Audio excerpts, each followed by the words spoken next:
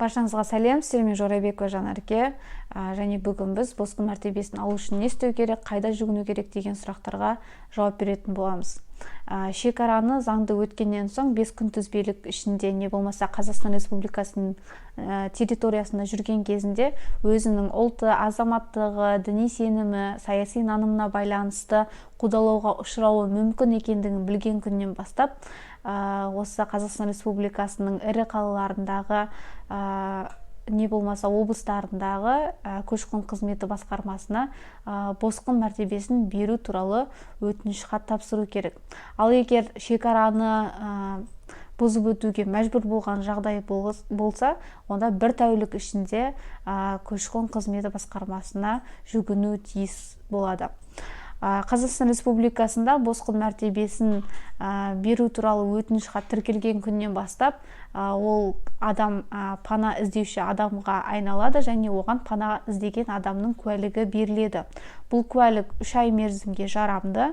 Егер азамат өзімен бірге 18 жасқа толмаған отбасы мүшесімен келген болса, онда оның мәліметтері ата-анасының немесе заңды өкілдерінің куәлігіне енгізіледі. Ал егер 18 жасқа толмаған жасөспірім өзінің ата-анасынсыз, заңды өкілінсіз келген болса, онда оған да пана іздеуші адамның куәлігі берілетін болады. Егер осы куәлік негізі пана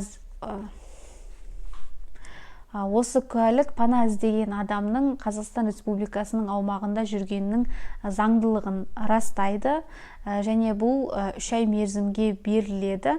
Егер осы куәліктің беру, яғни өтініш хатты қаралу мерзімі ұзартылатын болса, осы ескі куәлік орнына жаңа куәлік тағы да 3 ай мерзімге берілетін болады.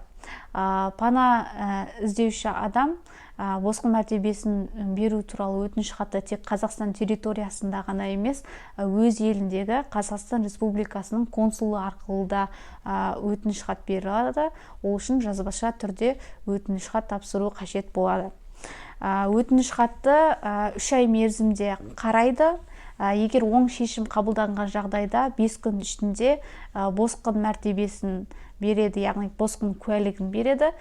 Кері жағдайда дәлелді түрде бас тартатын болады. Босқын куәлігі 1 жылға жарамды.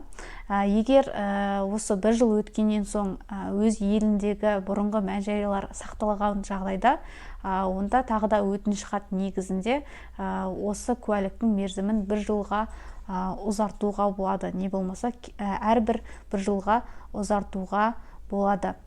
Сіздерге бергім келген ақпарат осылардан тұратын. Қош, сау болыңыздар.